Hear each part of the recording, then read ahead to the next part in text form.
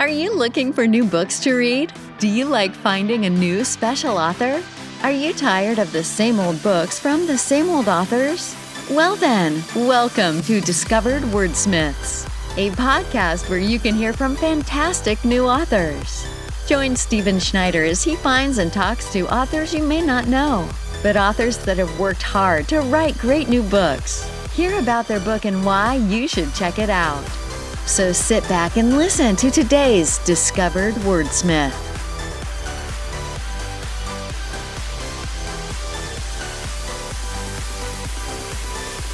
Great.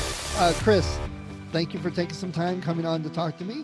It's good to see you and chat with you about some author stuff. Yeah, thanks for inviting me. First, let's tell everybody a little bit about who you are and what you write. My name is Chris Kane, and under a super secret pen name, I write romance, which I accidentally fell into. And I teach some writing with the Author Success Mastermind, business stuff. I really have a passion for the author business and just any excuse to hang out with other writers. Got it. And just there's a theme going on here. You're like the third author from the Author Success Mastermind. So there you go. Anyone listening, not part of that, you need to get on it. So how do you exactly fall into writing romance? I've been writing for a very long time, since high school at least, and kind of fell away from it during college, got back into it after college and started writing more regularly. But I tend to be all in on a project or all out, and it was really hard for me. I was not one of those people who was able to balance having a day job and completing writing stuff. So I had written this, 20 something thousand word novella in 2014, 2015, and it just sat on my hard drive and I did nothing with it. It was the first thing I'd ever completed. I was really proud of it for that reason, and it just sat there. And then in 2016, I had my son. I lost my job, and 2017, my now ex son and two dogs moved from Costa Rica, where we were living, back to New York on the last pennies we had in our bank account to move into a tiny room in a house with my parents and my sister. And 5 days after I did that, I uploaded this story with some tweaks because a friend of mine was like, oh, there's this tiny niche genre that we should write. And I was like, oh, I've read some of that. It would only take a few changes to this existing novella I have to make it part of that niche. And so I put it out there, cover. We were going to co-write on it, figured out a pen name. And I'd been following self-publishing for so long that sorry.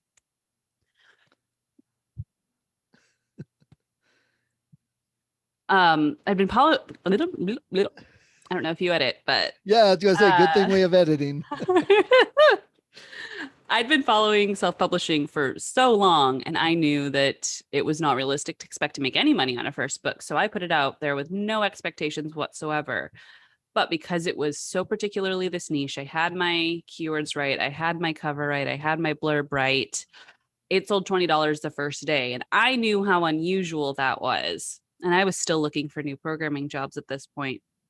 And I was like, if I just go all in on this, I don't have to go back to an office ever again. And my then husband was like, well, like, let's wait until like you make like $3,000 in a month or are close to making $3,000 a month until we, pull the plug on going and applying for jobs. And I was like, grumble, grumble, grumble. I'm like, I know that's smart, but I also know that that's not going to happen. I'm going to make this work. And I did. Second month, I made $3,000, and I have not made less than that since then. And it has been definitely quantity that has kept me solid, and it's led me to several burnouts, and I am trying to find a better way to approach my publishing schedule. But at the time, it was definitely, I am terrified of being broke and next to homeless. I need to get my feet back under me, and that desperation energy just fueled me.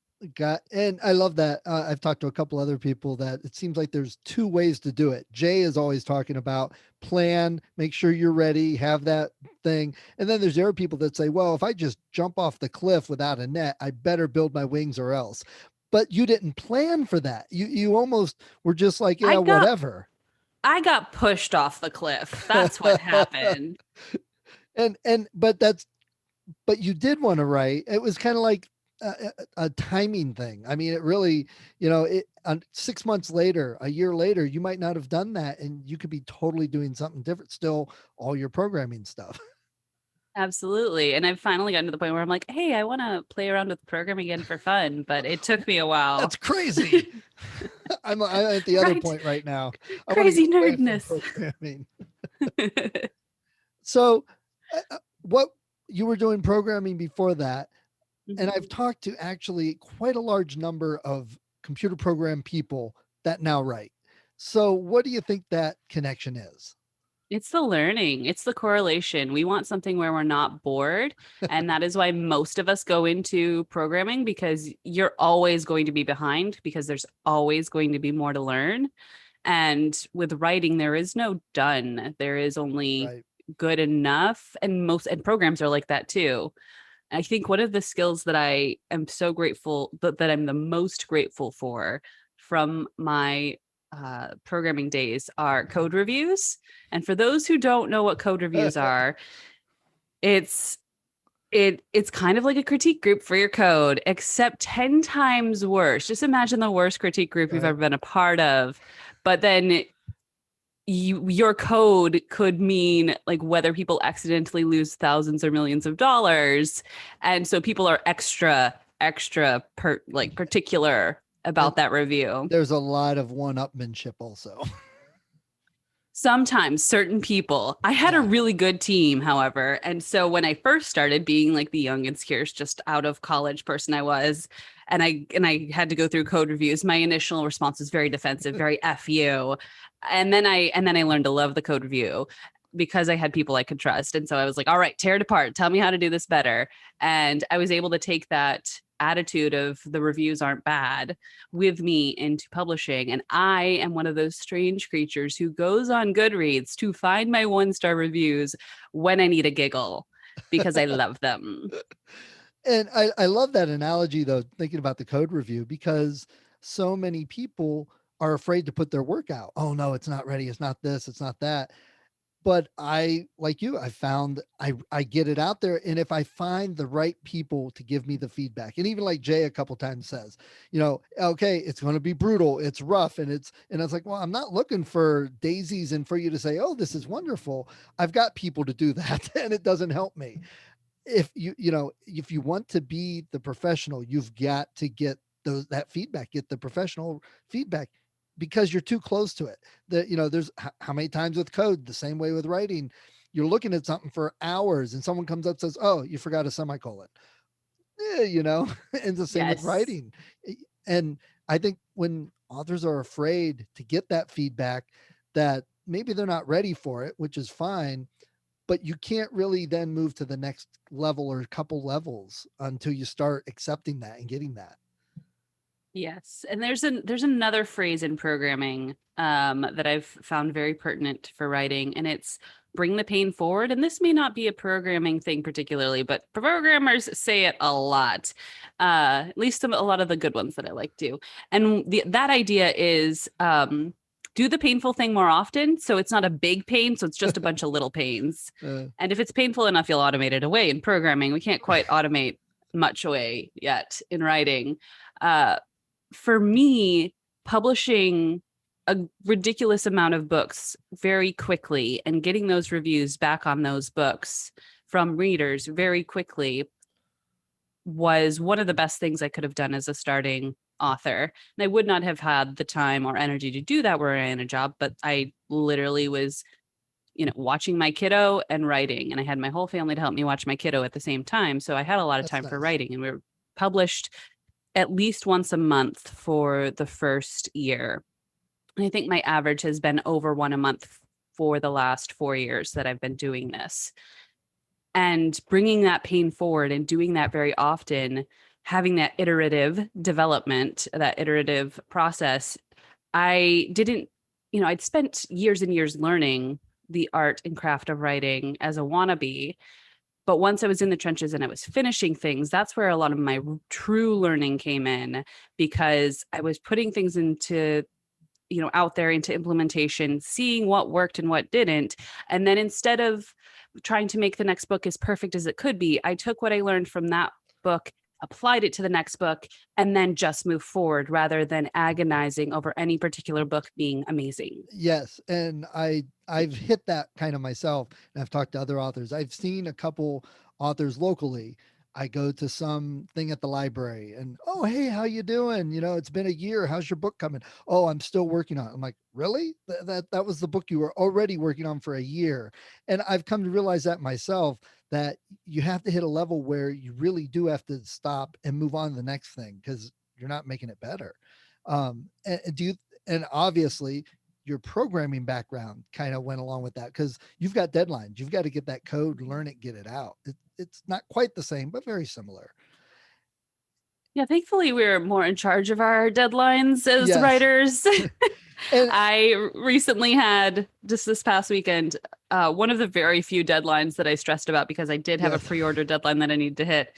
And in the past, I have been able to meet those just fine, but the exhaustion of 2020 is still clinging, and I ended up having to pull an all-nighter the night before it was due to the editor to complete it, and I never ever want to do that again.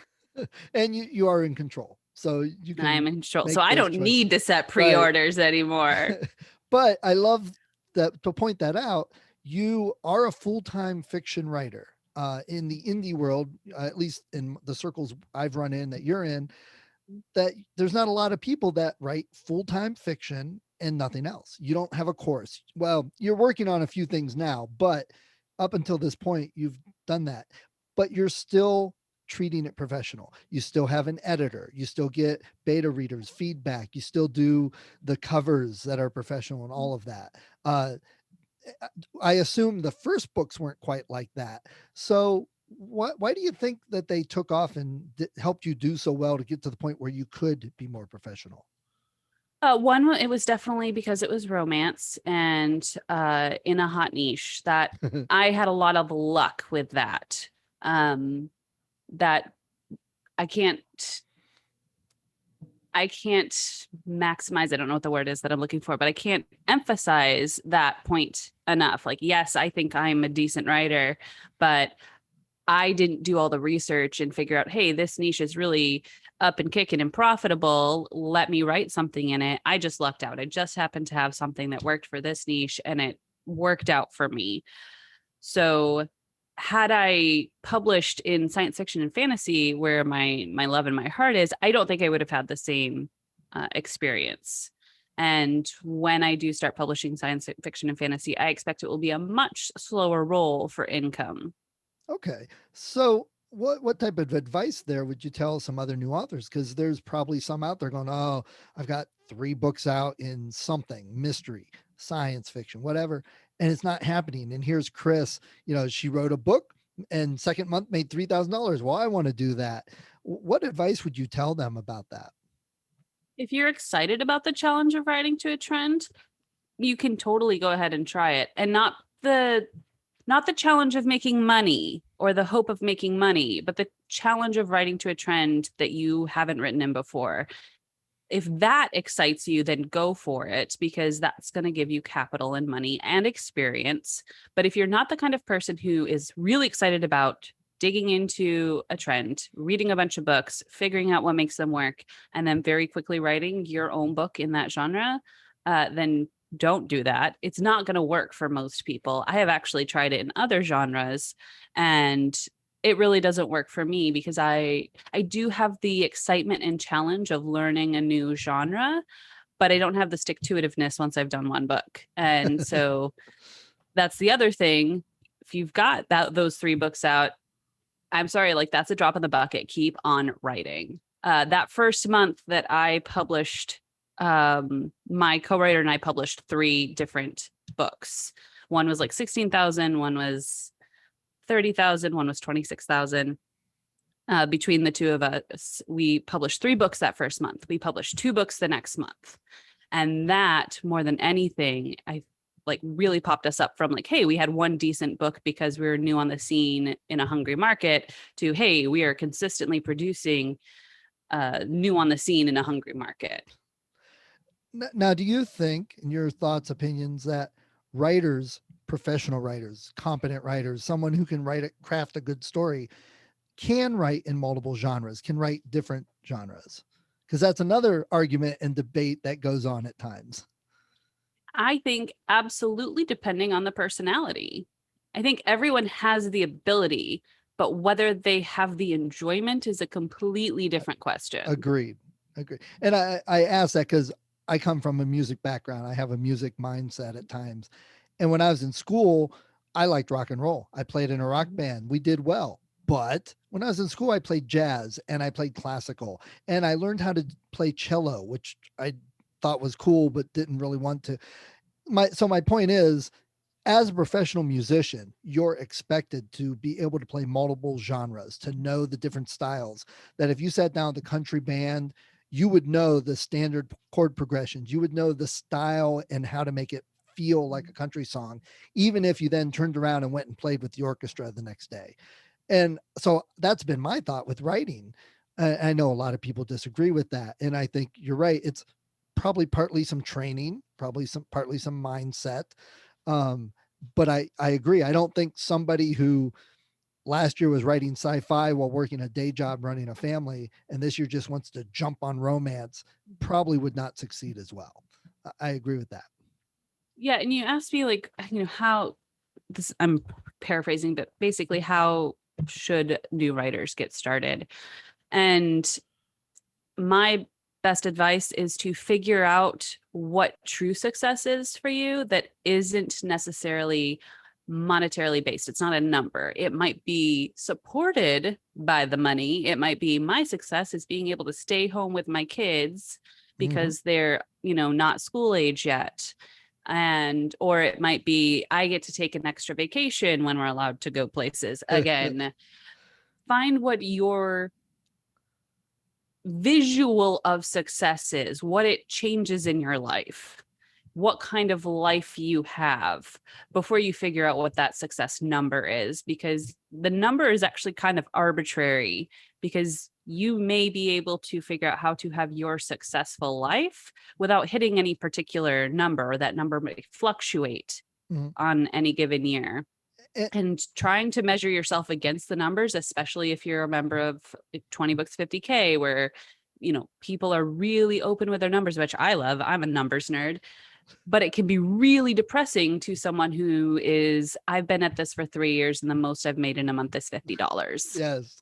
And actually, that's funny you say that. That's why I started the podcast, because all we ever saw on there was people making $500,000. And all we ever heard on the podcast interviews was people making tons of money and successful. I said, well, there's like thousands of new authors out there wanting to get their voice. And those would help me, as a new author, to hear somebody else who struggled goes through the same thing. That was really the whole reason I started the podcast. And I was just talking to Zach earlier today that people forget some of the benefits of working for yourself. Writing is just one choice. There's many things you could do and work at home, work for yourself, but he doesn't have to pay for childcare. Like you said, he doesn't have to drive his car every day for an hour. So how much money are you saving from that? Well, heck, instead of making 75,000, you might only have to make 40 now. And that, it's a totally different thing. And he's home with his kid. He gets to go to the school stuff, which I'm sure you do too. And that's huge. My kiddo's not in school yet. Oh. He's very excited about it. He's been asking about it for 2 years. And I'm like, man, soon. It's coming. So you live down in Costa Rica. Where did that choice come from? That's an interesting choice for me. There was a drunken night of watching Robin Hood Men in Tights. Actually, for reals. A friend of mine had just recently gone through a pretty messy divorce, and she had done all this research. She wanted to get her teaching as an English second language, teaching English as a second language certification. She wanted to go somewhere that was a Spanish speaking country to get it there. She did all the research. She chose Costa Rica. And while we were delightfully tipsy, watching this movie. She's like, you should go to Costa Rica too. And I was like, I mean, me in a red hot minute, I've wanted to move out of the States just for fun for a long time. And my ex was very involved in local state politics in Tennessee. And so he was not ready most of the time, but we'd recently had like a crisis of life, which I'd expected 2 years previous. I did not expect him to stay in an office job that long. Had a crisis of life. And he's like, can we actually do that? And I was like, let me run the numbers. And it's like, yeah, we can do that. We ended up leaving about 3 months from that conversation. We wrapped life up very quickly. And I kept my job. I told them, hey, if you want to keep me, let me know how we do this. If not, I've got to look for another job. They're like, yeah, we want to keep you. We made it work. And then I sent him down to Costa Rica 3 weeks before me, said, find me a bed and internet so that I can get back to work right away. And we were in the capital for 4 months, and then we came down to the tiny little beach town that I am currently in. And the plan was to be there 3 or 4 months and then go to Panama or Nicaragua. We were planning on slow traveling. And we just never left. This town's amazing. And so we had our anchor baby who lets us have full residency in Costa Rica. He's dual citizen. And here I am. That's a great, and I love it. I've discovered, looking back on my life, the best things that have ever happened in my life is when I did what we said earlier, jumped off the cliff and built the wings. Some people would plan When years. when your stomach is clenching nonstop, like it's just the bottom is falling out of it constantly, and your heart is racing, you're generally on the right path. Yeah, I agree. And I've worked from home for over 20 years. And literally, it was because I had a good job. I went into work one day and they said, you know what? We're downsizing and you were the last one hired. So go back home. And it was like, well, I can't do that again. And I started working from home and I made it work. And I've got my kids. And, now writing is, coming up in the amount of work I'm doing on it compared to everything else. So, yeah, I agree. Jump off the cliff, build your wings, just do it. Don't say, oh, I want to do that someday. It doesn't work. Just do it. Yeah. And I mean, if you're looking to change all your life, I highly recommend moving out of the States to a cheaper country. I mean, Costa Rica is not that cheap. But Mexico, Guatemala, Yeah. highly recommend it. Lower your income requirements. You don't have to make as much. It's exciting. Yes. And that's something else I've talked about. Our kids, the way they're going to work, they're go work from their phone. They're going to have 5 different side hustles they do instead of working for one person and driving to work. And they could live anywhere and they could travel. I mean, there are a nomad lifestyle. How many people now are doing RVs and doing their job, either programming or writing or something, so it's a changing workforce in the world. And it's a global world. People are collaborating on books in different countries. I love that. Yeah, my co-writer and I write in Google Docs, and she's in Nevada and I'm here. Yeah, that's great. But no matter where I travel, we keep working. It doesn't, I can work anywhere as long as there's Wi-Fi. Right. My cousin's getting his building is closing up, so he's getting retired early. And he said, April, he's traveling. You want to come along? And I'm like, I would love to, but my wife can't. So it's like, oh, that's too bad. I'm like, maybe I'll go without her. No, that won't work. So, any other advice you would give new authors, Chris? Don't weigh your personal worth on people's response to your books. That is something that I am going to be struggling with more as I do start writing, like publishing science fiction and fantasy under my real name. A secondary piece of advice: if you are worried about how people will look at you as a human because of your books, hide under a pen name. Writing romance has been the best unpaid but hidden internship in the world. And I definitely wouldn't trade the last 4 years for anything as far as that goes. Maybe the burnouts. I could do without the burnouts.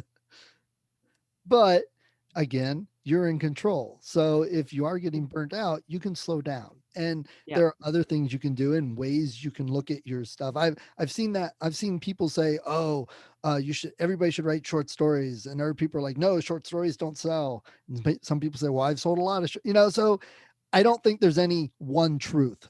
There's a way to make just about any of it work if you're thinking about it, looking at it. Yeah, a lot of the reasons that I had multiple burnouts or one long burnout with multiple slopes was I had to come out of a fear of money, which I think Americans in particular, we just have that, regardless of whether we have a good job or not. Most of us have a fear of money. We have a fear of not having enough money. And especially after losing my job and running out of money, running up debt. And I was very, very anxious and fearful and worked myself harder than I had to because I was afraid to go back to that place. Um, I don't have really much advice on like changing money mindsets. I'm still working on it myself, much better these days. But that's probably one of the things I think is the biggest pitfall for writers is money, basing their self-worth on the money that's coming in, and two, needing money to come in that maybe isn't coming in. Right. But that's also one of the great things with writing as a side job or second career, Mhm. because if your main job is paying all your bills or most of your bills, you can use this to get other things caught up. So it's a good, and you don't have to stop writing just because you hit retirement age. I know lots of people, and I've interviewed several. I mean, I've talked to people a guy who was a lawyer for 45 years, retired and wrote a book when he was 70. I've talked to several like that. So it's a great choice for people in their whole lives, as a side thing, Yeah, as a full thing. absolutely. So what do you like to read real quick? I like to read. I mean, science fiction. I'm one of the all over the board readers, which I think most writers are. Most Yeah. writers seem to be all over the board readers. Readers might be particular genre readers, but we writers all over the board. And I've had a real problem reading not fantasy, fiction this year, but I've read a lot of nonfiction, and I'm addicted to business books, to mindset books, to writing books. Um, but anything that just captures me, and science fiction and fantasy tend to do that the most because it's all the things I wish that could be, and they get Right. to be real for me for a while. Just go back and read fantasy and science fiction from the 30s and 40s, because all that stuff is real Oh, now, that's real. Except except for the the flying green cars. men. There we Yeah. go. All right. Well, Chris, I appreciate you taking some time and chatting with me today. It's been great. No problem. And we'll talk again Saturday. All right. See you then. See ya.